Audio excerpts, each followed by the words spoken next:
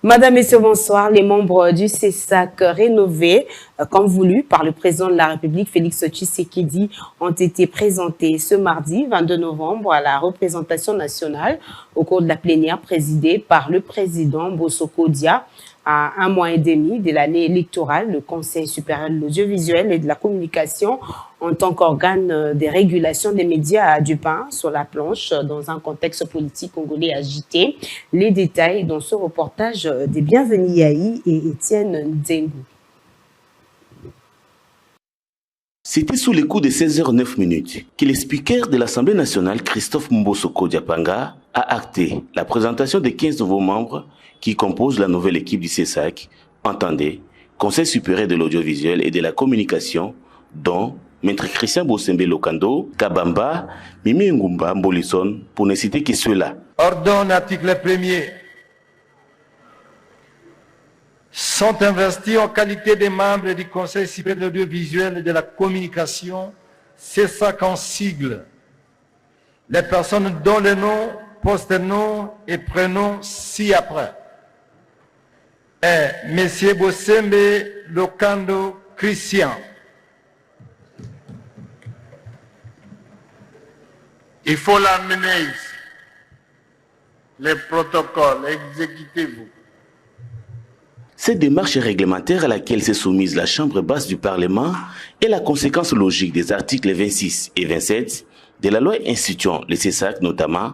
Les membres du Conseil sont investis par l'ordonnance du président de la République et de renchérir. Les membres du Conseil, avant d'entrer en fonction, sont présentés successivement à la plénière par l'Assemblée nationale et le Sénat. Les rapporteurs de la Chambre basse a eu, quant à lui, à brosser à l'intention de la représentation nationale les cursus de chaque membre du Conseil. Vous avez suivi l'ordonnance loi et les personnalités qui ont été nommées au Conseil de l'audiovisuel et de la communication.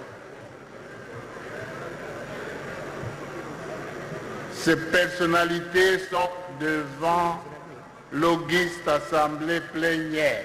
En ce qui concerne messieurs Bosembe Lokando Christian, licencié en droit économique et social à l'université de Kinshasa, chercheur en droit public international à l'université de Kinshasa, chercheur en droit écologique à l'université du Canada, avocat au barreau de Mbandaka depuis 2015, journaliste depuis 2006 et ancien directeur de la radio RTGA, promoteur de la chaîne de télévision Congo Buzz. Signalons que cette nouvelle équipe dont le président sera connu dès demain mercredi 23 novembre à l'issue d'une élection à l'interne est la conséquence logique de la volonté affichée du chef de l'État, Félix-Antoine Tshisekedi Tshilombo, de corriger les laxismes et les erreurs du passé de l'ancienne équipe du CESAC qui, à force de passer plus d'une décennie à la tête